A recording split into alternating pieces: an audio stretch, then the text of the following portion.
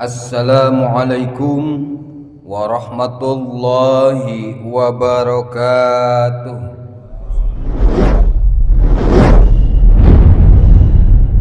Innal hamdalillah nahmaduhu wa nasta'inuhu wa nastaghfiruh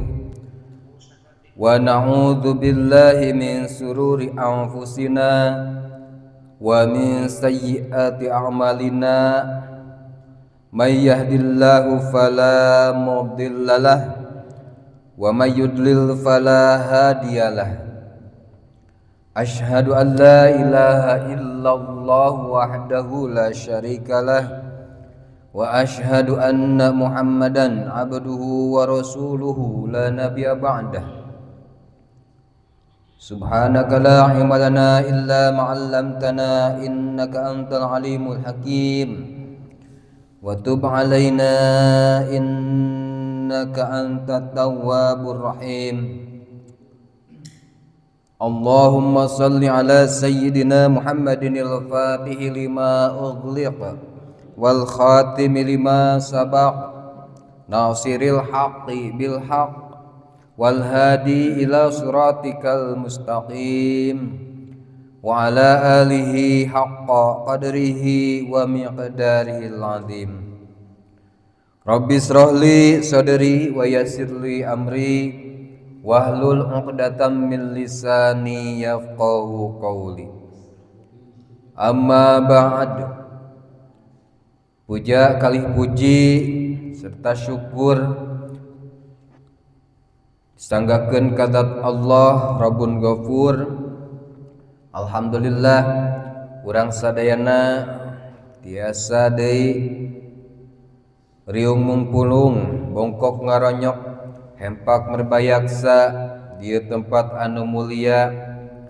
anu kaleresan ninggang dina sasih anu mulia dimulyakeun ku Allah azza wa jalla. Buktosna nyaeta sasih Muharram anu ayeuna painten maleman ka-11 kamari maleman Asyura ayeuna maleman ka-11 tahu kituna painten ieu kauntungan kanggo urang sadayana nikmat anu kalintang ageng ku Allah yusa urang didugikeun kan ieu sasih Muharram oge tahun baru tahun enggal anu mudah-mudahan secara evaluatifna urang ngemut-ngemut kana naon wae kakirangan dina masalah taat mahabbah ka Allah sareng Rasulna di tahun kamari tos kapengker dievaluasi tangtosna ku urang diakui seueur pisan kalemahan kacacatan sareng sagarupi kakirangan dina taqarrub dina taat ka Allah. Kitu deui evaluasi dina perkawis dosa perdosaan ku urang diangkeun rumaos tahun kamari masih keneh ngidamel dosa kalepatan nu dihajana nu teu dihajana. Tah panginten ieu momen kanggo memperbaiki eta sadayana ku urang rencanakeun niatan sejak ningkatkeun amal ibadah ningkatkeun kataatan anu mudah-mudahan tahun ayeuna anu dipajeng urang tiasa memperbaiki tiasa nyaekeun deui oge bertobat tina mangpirang-pirang dosa kalepatan nu dipidamel di tahun kamari sejak moal diulangi moal dipidamel deui eta dosa teh. Tah mudah-mudahan mundut ka Allah Subhanahu wa taala mudah-mudahan dina tahun ayeuna urang sadayana dijaga diriksa tina mangpirang-pirang kalemahan dina masalah taat mudah-mudahan sing tiasa ningkat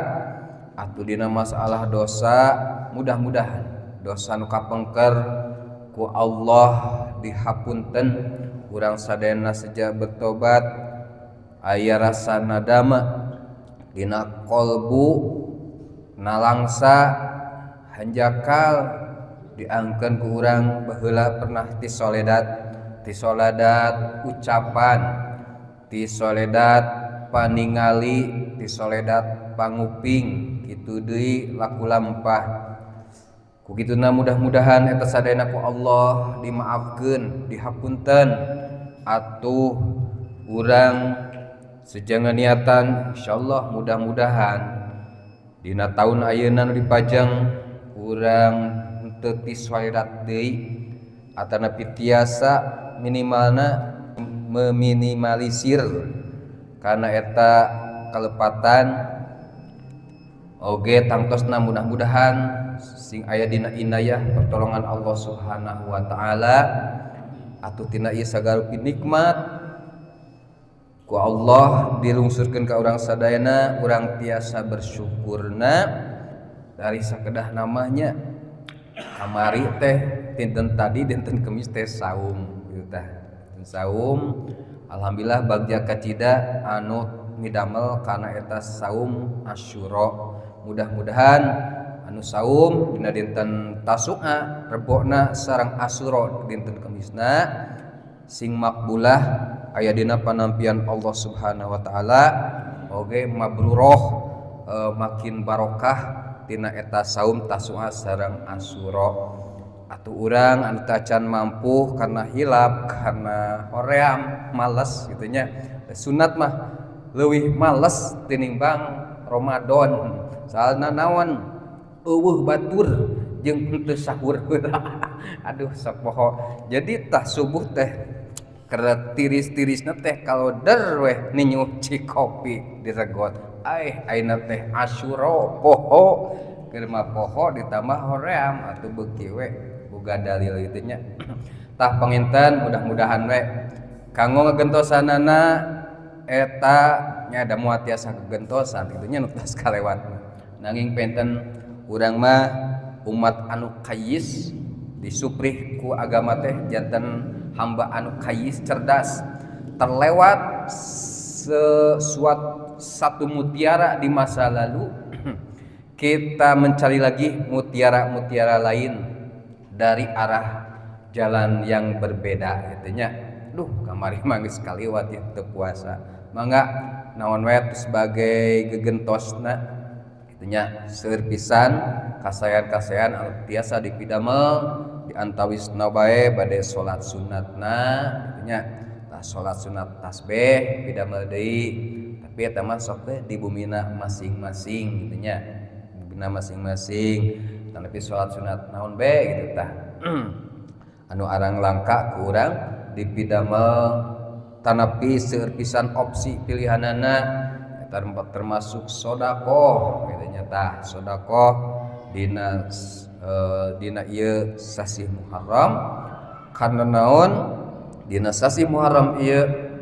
sagarupi hal amal kasayan dilipat gandakeun nanging nya kitu deui antisipasi kanggo urang sadayana kade dina midamel dosa ari midamel dosa mah dina bulan naon-naon oge tetep haram teu kenging midamelna nanging ningali tina sababaraha keterangan dina sababaraha kitab sapertosna Daqaiqul Akhbar saja bina gitunya dosa anu dipidamel dina bulan haram diantawisna Dzulqa'dah, Dzulhijjah, Muharram sareng Rajab anu opat sasi eta gitunya lamun mah midamel dosa sami bae dosa siga bulan-bulan anu lainna ngan aya lainna gitunya ada kelainan nyata dilipat gandakeun mah henteu eta dosa teh ngan nilaina jadi lebih besar gitunya langkung ageng nilai dosana lamun dipedamel dina eta sasih Asyhurul hurum gitu nya dina eta sasi anu mulia masuk dina sasi Muharram. Ku kituna urang jaga riksa diri urang sakamampuna urang ku kaimanan urang ku kailmuan urang nu aya tina ngajaga eta lampah dosa emut ieu teh Muharram sehingga terbiasa ke urang alah ayeuna teh berhati-hati lampu merah tanapi lampu kuning ya tos emut bahwa dosa dina bulan ieu teh di langkung ageung nilaina tinimbang bulan-bulan anu sanesna kemudian terbiasa dijaga diriksa selami sasi eta atuh engke bulan-bulan kemudian teh bakal terbiasa dina ngaraksa eta dosa tangtosna eta sebagai ikhtiarina hakikatna mah Allah anu nangtoskeun mudah-mudahan datina tapak ikhtiar bakal aya hasil gitu nya tina tapak damel Allah mudah-mudahan we urang sing tiasa mampu ngajaga ngariksa diri urang tina kamaksiatan boh alitna boh ageungna amin ya Allah ya rabbal alamin atuh kitu deui tadi disebutkeun amal kasayan tah eta mah langkung dilipat gandakeun deui kitu nya eta mah keteranganna teh asoh langkung sahih dina masalah amal saya mah memang dilipat gandakeun nilaina jeung jumlahna kitu nya dina amal kasaya mah Allah mah Maha Rahman Maha Rahim tah ku kituna panginten sangkan amal urang engke leubeut hasilna oge naon berlipat ganda langkung pinuh dina ganjaranana tuh urang ngeureuyeuh naon wae amal kasayan tiasa urang mampu dipidamel urang pidamel emut pidamel komodi takdim kana ieu sasih anu dimuliakeun naon wae perkara amal kasayan ku Allah eta sadayana dimuliakeun jeung jalma-jalmana anu midamel eta perkara kasayan tah kituna mudah-mudahan ku Allah ditungtun dituyun tiasa ngadamel kana mang pirang-pirang amal kasayan buktosna atuh urang ayeuna oge kepelan di dieu dina raraga amal soleh ningkatkeun ketaatan ka Allah pangaosan tos istiqomah deui urang dipidamel yakin ku Allah dilipat gandakeun mugia sing janten ageng barokah kang urang sadayana di akhirat dan tos janten wasilah syafaat kasalamatan atuh di dunya sing barokah kana rezeki barokah kana diri barokah kana pangabutuh naon wae ku Allah sing dicumponan dicukupan kemudian naon wae kana langsaan kaprihatin masalah nu urang dihadapi mudah-mudahan dina tahun baru ieu dina sasi Muharram ku Allah sing dibukakeun jalan keluar urang sejak istikharah wae ku jalan anu ku urang ayeuna dipidamel utamina dina masalah pakasabannya mudah-mudahan eta sing janten wasilah kengingna rezeki anu halal tu barokah nu langkung utamina mah mugia ku Allah sing disoleh-solehatkeun urang sareng keluarga amin ya Allah ya rabbal alamin shalawat sinareng salam mugia salamina dicurah limpahkeun ka junjunan urang sadayana nyaeta Kangjeng Nabi Muhammad sallallahu alaihi wasallam kali ka kulawargana ka para sahabatna tabi'in itbaut tabi'in malah mandar mugia eta rahmat sareng salamna Allah sing ngocor ngagolontor ngucur ngaguyur ka urang sadayana mugia ieu jamaah pangaosan khususna sing kenging syafaatul uzma di yaumil jaza jamaah rahimakumullah nu saterasna mangga urang neraskeun kana materi masih dina fikihnya pamang raskeun kamari dina perkawis najis anu antel tanapikeuna kana perkara baik itu badan atanapi kana anggoan kana tempat salat sareng sajabina intinya kamari tas dibahas sapalihna panginten ayeuna neraskeun dina saatosna eta ikhtiar anu kamari urang tos dipenuhi dina ikhtiarna ngahilangkeun eta najis ku cara dikumbah ku cai tapi kadang eta najis teh aya anu babari aya nu hese dileungitkeun teh kitu nya ieu keur ngukur kana ikhtiar urang sadayana. Saur musannif fa in asura maka lamun mah hese dihitungna teh hese naon jawalul launi leungitna eta warna najis sabadana ikhtiar wahdahu bari sahiji eta warna najis teh sapertos naon kalau nidamil haidi saperti warna getih head saumpamana itu nya atanapi kaumumanana getih upami keuna contohna kana acuk kitu nya upami sapada harita dikumbah bersih gitu langsung bersih langsung hilang. Tapi kadang tanpa sepengetahuan misalkan si getih teh sok netesna teh teu kanyahoan gitu nya terang-terang tos lami tos garing nya dibersihkeun ku ikhtiar anu maksimal sabadana dikerik heula mah dina angguan teh kitu nya dihilangkeun terus disuci ku cai kadang sok aya keneh tapak kitu tah. Jadi mah contohna sapertos getih headna istri benernya dina anggoan jero. Tah eta teh kulami-kalamian sok aya we tapakna. Padahal ikhtiar mah tos maksimal, diseuseut mah ku sabun nge sabun rupanya digesek, dibilas bahkan berkali-kali tinimbang bersih kadon pejet gitu tah anggoanana. Tah bila mana kasusna sapertos kitu hese gitunya sulit leungitna eta warna getih teh atanapi henteu cenah aya warna mah naon deui cenah sifatna najis teh tisajabi warna teh awirihi atawa hese leungitna eta ambe gitunya bauna eta najis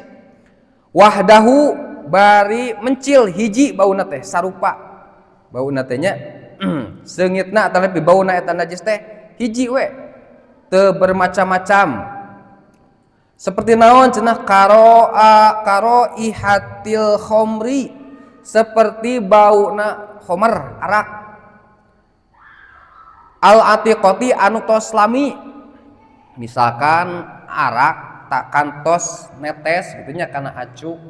kana acuk tos lami dia lami tos dibersihan tapi aya keneh cenah ambeuna teh tapi ikhtiar mah tos maksimal tapi ambeuna bauna eta arak teh aya keneh napel tapi saperosna we kitu nya lah anu napel tapi dina masalah najis arak di dieu nyata sebatna khomer mah arak zat anu sok dipake keur mabok kitu nya sanes alkohol tidak semua alkohol arak tapi semua arak pasti aya alkoholan gitunya janten catatan ka urang sadayana setiap arak pasti beralkohol ngan henteu setiap alkohol eta arak disebat homer gitunya homer bahasana ku homer ku bahasa syara setiap alkohol tidak setiap alkohol itu homer ngan setiap homer itu pasti mengandung naon alkohol gitu. Tapi kayak aya perbedaan pendapat nya aya nu ngarad wae pokona mah alkohol mah kategorina tetep bakal kalebetkeun kana homer mangga teu naon kitu nya setiap alkohol dihukuman homer mangga bae nyandak pendapat eta memang ulama fikih aya nu berpendapat sapertos eta kan memang abot kitu nya eta teh abot ginaon alkohol aya dina obat siji waktu urang gering nginum obat kitu nya sapertos naon sapertos komik obat batuk nah itu hampir sadayana nganggo alkohol kandungan alkohol sareng sajabina Teras alkohol oge aya dina namanya sepertos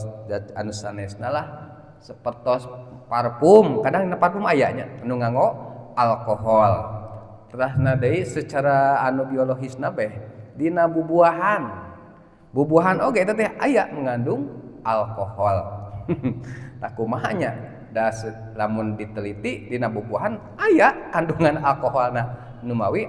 bubuahan mun dipesek, diantep itu sok ngagaringan nyalira. Karena naon?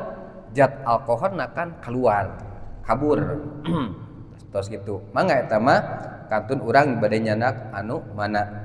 Bade nyanak anu dibeda-beda cenanya. Dibeda-beda.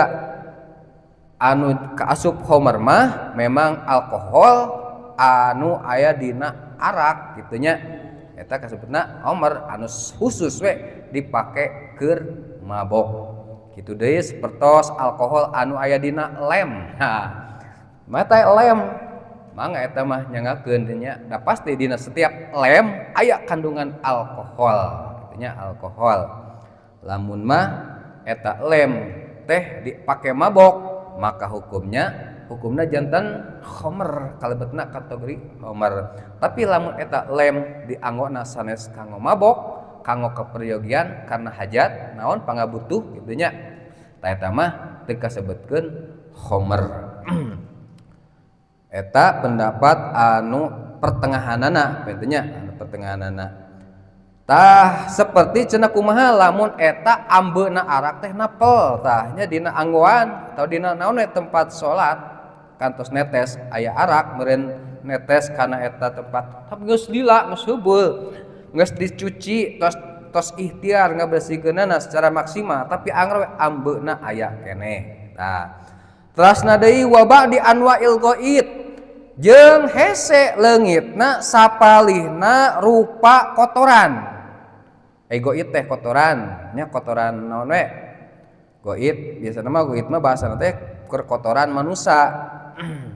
Gitunya dari kotoran hayawan mah disebutna teh raos Kang Ujang. Kotoran tai ucing, tai hayam, tai doma cek bahasa Arabna mah eta teh raos. Jadi tai ucing teh raos gitu. Tai jelema mah disebut teh ghaid. Nah, gitunya mangga bisa bade dicobian tah. Tai ucing raos. Tah kumaha cenah hese eta leungitkeunana kotoran eta da sok memang aya cenah-cennya ku kalamian napel gitu tah. Kalian napel dikumbah terus maksimal anger we aya keneh tapakna. Tah anu kitu nu hese non dina ikhtiar atas maksimal lam yadurra mangka teu ngamadaratkeun naon baqauhu nyesana eta tapak anu kabeh kitu nya ghaid ya sesa aya warna urutna terus aya sesa keneh aya ambeuna aya keneh rupana warnana gitu tah. Aduh hese pisan dikumbahna hese pisan dileungitkeunana tah eta cenah teu ngamadaratkeun karena naon lid darurati karena darurat hese tos teu aya deui ikhtiar anu bisa dipidamel kecuali berulang-ulang anu engke ngahasilkeunana bakal aya was-was gitunya. Jadi kudu ditangtukeun we harita keneh non ikhtiar geus beak gitunya tapi aya keneh sesa maka kudu ditangtukeun secara fikih ulah jadi kawaswasan. Sabab naon lamun jadi kawaswasan itu matak nyilakakeun kena ka manusia itu sendiri gitunya. Itu matak ngababarikeun fikih teh nya ngababarikeun tah eta mah cenah teu ngabadaratkeun karena darurah atuh payasiru mangka jadi naon al mahalu eta tempat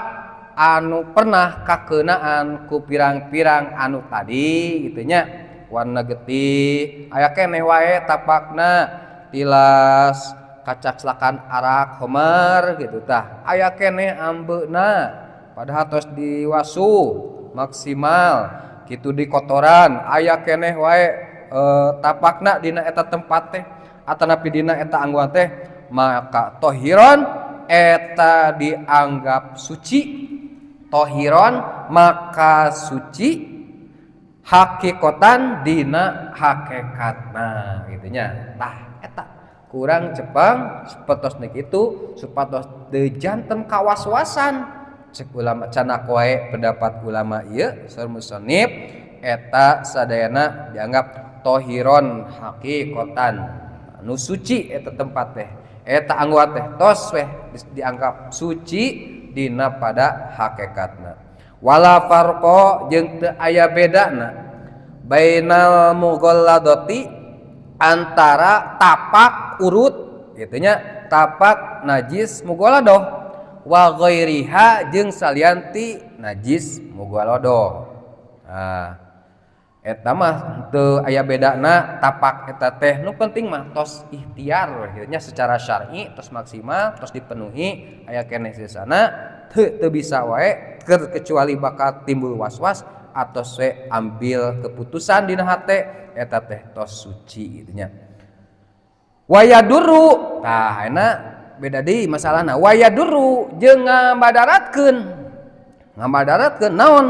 baqaul launi warihi lamun mah nyesa warna jeung ambe maan babarengan. Hayu mah beda deui cenah kasusna. Aya tadi mah warna hungkul gitu nya. Terus ambe hungkul ieu mah ngahiji warnana aya tapak najis teh jeung ambeuna aya keneh. Sapatos tilas dikotok merenya dina anggoan dina naon we. Tos dibersihkeun tah gitu. Tapi warna jeung ambeuna aya keneh nyesa. Warna jeung ambe ngan rasa mah jentul nama geus teu aya. Jentul zat eta nama gitu nya setan najis terus teu aya ngan aya tapakna. Aya warna sakedik benten jeung ambeuna kumaha cenah eta sapertos babarengan teuing bimahalin dina hiji tempat ayana teh wahidin anu sahiji babarenganna eta warna jeung ambe teh ti tapak najis teh aya dina tempat anu hiji kitu nya sahiji teu beda-beda ari warna di kaler ari ambe di kidul sanes kitu ieu mah sadayana di kidul warna jeung ambe teh dina tempat eta gitu tah eta mah cenah ngamadaratkeun wayahna kedah diulangi deui dina ngumbahna. Wato ami jeung nyesana rasa hesenya ngabuktikeun rasa mah najis pasti aya rasaan gitu nya. Ta wahdahu bari mencil sahiji itu rasa mah gitu nya. Sok we dibuktikeun aya rasa mah meureun di kumahnya diletak meureun. Ai rasa mah tah eta ngamadaratkeun biasana lamun aya rasa nya lamun rasa ayana eta rasa teh pasti aya aina aya zatna nya jadi teu kudu diasaan gitu nya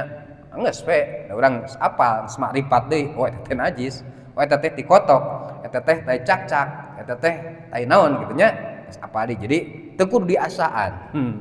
Ngan dia mah secara fikih gitu nya, secara fikihna lamun mah kudu dirasaan. Nah, sok we rasaan. Tah dina masalah eta mah da pasti ayeuna ge aya gitu nya. Karena saenyana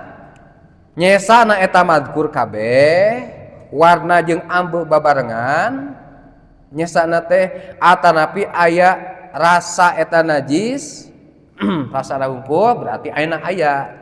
Tah eta teh cenah dalilun sebagai petunjuk anu nuduhkeun ala baqail aini kana nyesana aya keneh ain zatna eta najis berarti can bersih aya kitu mah kitu nya. Tah tade jadi syaratna meureun anu ngamadaratkeun teh aya warna jeung ambe dina hiji tempat babarengan atanapi aya keneh rasa nya mun dirasaan mun diletak da karena memang zatna aya katinggal di keneh meureun nya tah wayahna sosanos tos dibersihkeun tapi aya kana eta bebarengan maka eta mah kasebatna masih keneh najis kedah diulangi deui dina ngabersihkeunana dina nyucikeunana illa kajaba terkecuali tah aya deui cenah nya kecuali naon in ta'adzaro lamun sulit hese pisan ieu mah ya hese pisan naon zawaluhu ngalengitkeunana. Karena tadi ayahnya sakene gitunya tadi cenah ya cek pikih cenah darurat yang kieu mah teu mata kudu diulangi deui saatos diulangi ternyata teu leungit anger kitu tah sifatna teh aya keneh bekasna tabian la yazula lamun mah hese nepikeun ka hesena teh bi an la yazula yen teu bisa leungit eta madkur eta kabeh illa bil qat'i kecuali bisa leungit teh dipotong dik tek gitu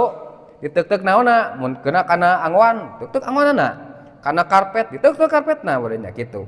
tah eta mah atuh ngabadaratkeun kitu nya leuwih madarat lamun mah ku bisa leungit teh kecuali kudu ditek payuh kamu maka dihukuman eta madkur bil afi kalawan dimakfu dihampura gitu macamnya keun bae daripada ruksak ditek mah ngaruksak karena barang gitu nya memang bisa bersih bisa leungit lain bersih eta meureun leungit we da ku ditek nah itu nya tah nu kitu mah keun bae madarat kitu mah dimakfu ku syara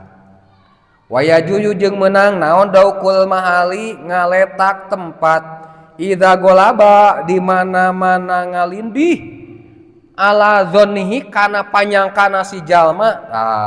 ieu mah sek we beri bade dicobian naon cenah ngalindihna zawalu ta'mihi